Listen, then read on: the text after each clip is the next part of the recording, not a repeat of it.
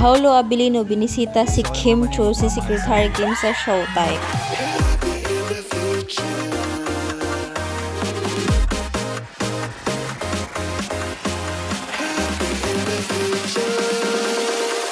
Paolo Abilino dinalaw si Kim sa Showtime. So mga fans di mapakali sa sobrang kilig.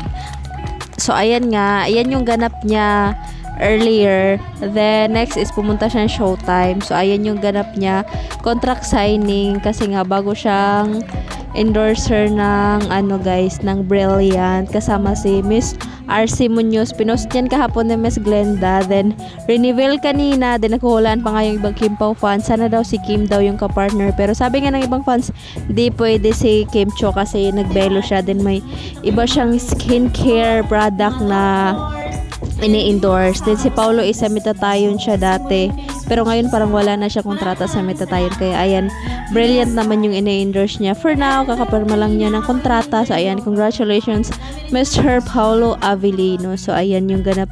Yan si Miss Glenda, nag-message si Miss Glenda sa mga lahat ng pumunta, nag-thank you siya. Then ito na nga guys, so ayan nga, pinakilala na ang bagong face ng Brilliant. So ayan, si Paolo Abilino and si Miss RC Munoz. Ayan, congratulations sa inyong dalawa. Nagtatalunan pa kung si Kim Chiu ba daw, pero ayan, si Miss RC Munoz pala.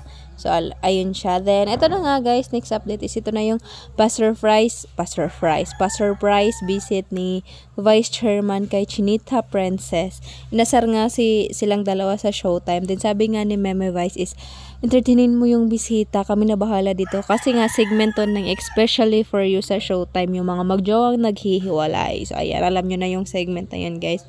Then, ayan nga, sabi nga ni Kimi, malamig naman dito pero parang nag-iinit daw yung pakiramdam niya. So, nararamdaman niyang kinikilig talaga siya. Then, ang sabi nga din ni Kimi nung una pa, hindi pa nag-start is, pupunta daw si Pao bukas. Siyempre, ipopromote nila yung What's Wrong with Secretary Kim kasi nga Monday na ipapalabas. So ayan, pero may pa-surprise. Ang sabi nga din ni Meme Vice saka sa ibang Showtime host is hindi makapag-antay bukas, pumunta agad ngayon. Then ito nga yung mga comments ng ibang fans guys. Hindi ko alam kung anong tunay na estado ng relasyon ni Paolo pero ang sayang makita unti-unti ka nang sumasaya. Ang sayang makita ngumingiti ka na, supporting your heart's happiness, Kim. So ayan yung comment ni ate.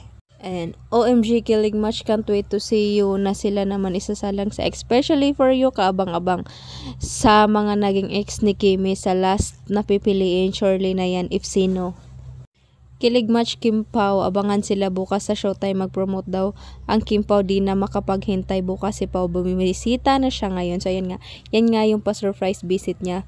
Sabi pa nga niya is na malengke lang daw siya.